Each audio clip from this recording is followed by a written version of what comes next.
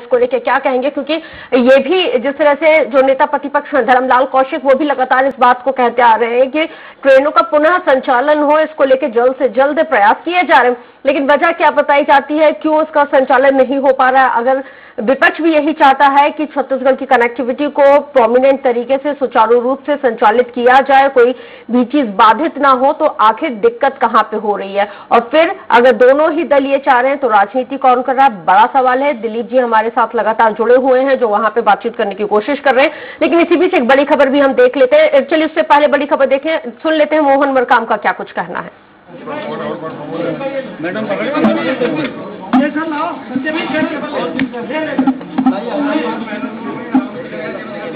आप देख सकते हैं हमारे साथ प्रदेश अध्यक्ष मोहन मरकाम जी है और ये सीधे इनसे जानना चाहेंगे, बताएंगे कि किस तरह से जो ये ज्ञापन सौंपा गया है उसको लेकर बाइट दे रही है। और एक साथ आप सुन सकते हैं मोहन मरकाम जी कहते हैं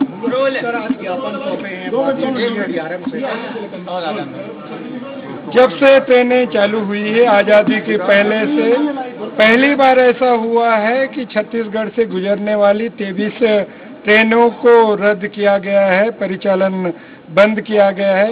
ये सब संभव है, मोदी है तो मुमकिन है।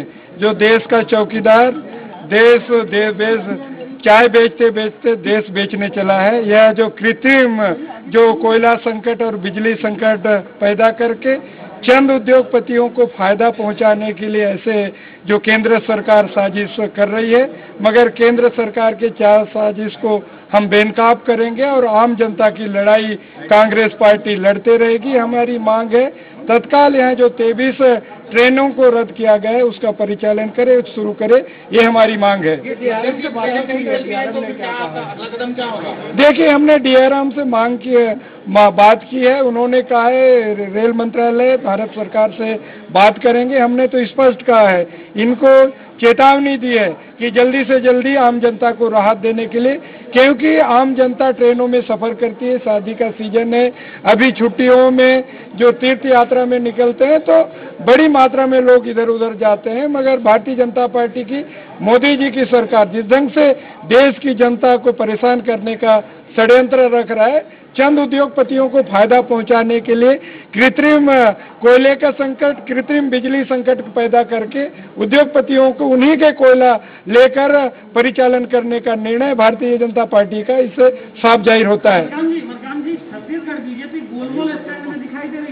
देखिए भारतीय जनता पार्टी खाएंगे ना खाने देंगे वाले जो भारतीय जनता पार्टी के नेता हैं, जो कल तक कहते थे कि देश बिकने नहीं देंगे, मगर रेलवे स्टेशन बेच रहे हैं, एयरपोर्ट बेच रहे हैं, पूरा देश बेचने पर तुले हुए हैं।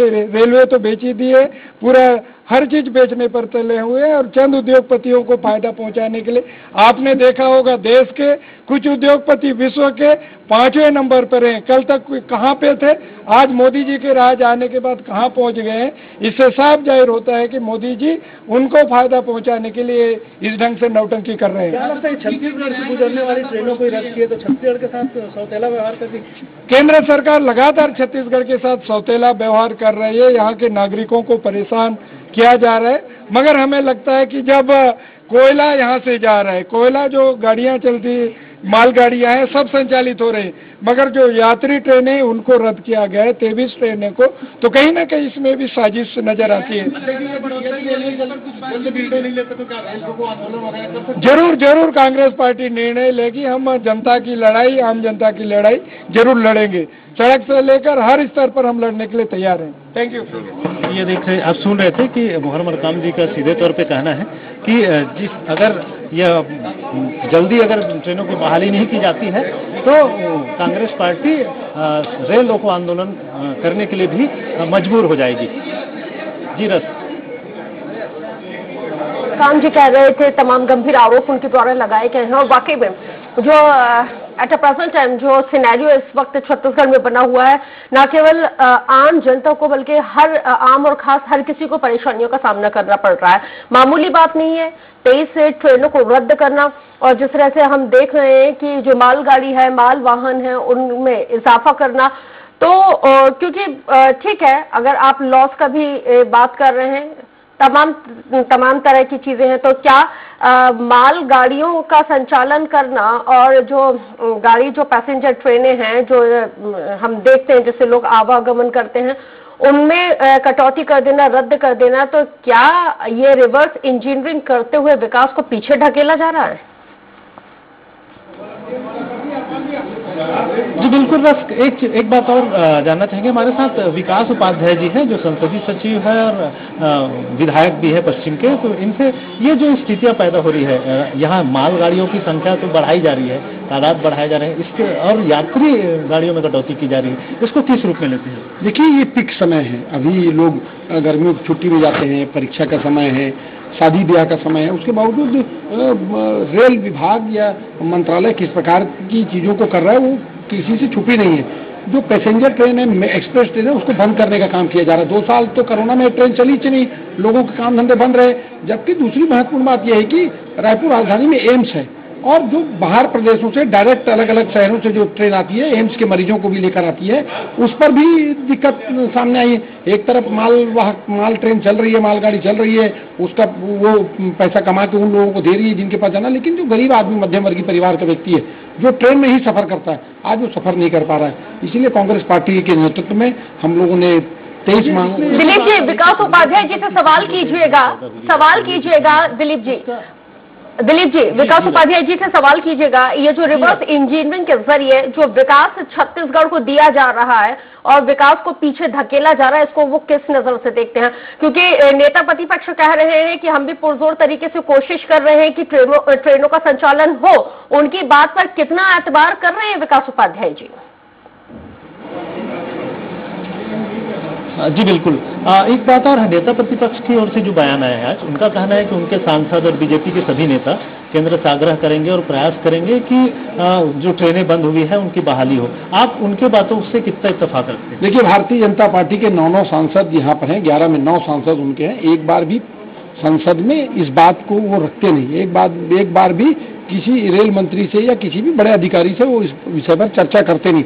भारतीय जनता पार्टी जो मूल बातें हैं उस पर बात करती नहीं है, इसीलिए तो आज ये दिक्कतों का सामना करना पड़ रहा है। छत्तीसगढ़ को देश कुछ समझता ही नहीं है, केंद्र की सरकार छत्तीसगढ़ से कोई मतलब ही नहीं है, कोई वास्ता ही नहीं है, इसीलिए तो ये तकलीफें आ रही है। जबकि 9 सांसद भारतीय जनता पार्टी से यहाँ जीत कर गए हैं, अब लोग उनको बोल रहे हैं, अब लोग उनको कोस रहे हैं कि हमने उनको क्यों वोट दिया, झूठी वादों पर, झूठे बातों पर हमने वोट दे दिया, इसीलिए वो इस प्रकार के बयानबाजी कर रहे हैं। उनका कहना है कि हम प्रयास करेंगे और जो जितने अभी केंद्रीय मंत्री भी लगातार दौरे कर रहे हैं, लगातार देख रहे हैं छत्तीसगढ़ में, तो कहीं ना कहीं अभी नितिन गडकरी जी भी आए थे, उन्होंने भी काफी कुछ देने की बात कही, काफी कुछ वादा करके गए हैं। इसको किस रूप में लेंगे? देखिए, मुद्दे की बात पर तो ना कोई केंद्रीय मंत्री बात कर रहा है, ना भारतीय जनता पार्टी का कोई आला नेता बात कर रहा है। रही छत्तीसगढ़ के जो भारतीय जनता पार्टी के नेता हैं, इनके पास कोई मुद्दा ही बाकी नहीं रह गया। लेकिन जो ज्वलंत चीजें हैं, जो वाकई में लोगों को परेशान कर रही है, उस पर बात भी नहीं करते और डरते हैं ये मोदी जी से, इनके सामने अपनी बात नहीं रख सकते, संसद में एक बार छत्तीसगढ़ के विषय में चर्चा नहीं कर सकते। आज जो 23 ट्रेनें रद्द हुई हैं, अगर इसका खामियाजा किसको भुगतना पड़ रहा है? अगर किसी को भुगतना पड़ रहा है तो इस प्रदेश की जनता को भुगतना पड़ रहा है, लेकिन इस प्रदेश की जनता भुगत रही है, लेकिन भारतीय जनता पार्टी इसके विषय में कुछ नहीं कर पा रही है। हालांकि अब बड़ा सवाल ये है कि किस तरह से इस पूरे खामियाजे को कौन किस तरह से देखता है और इसका आखिर दूरगामी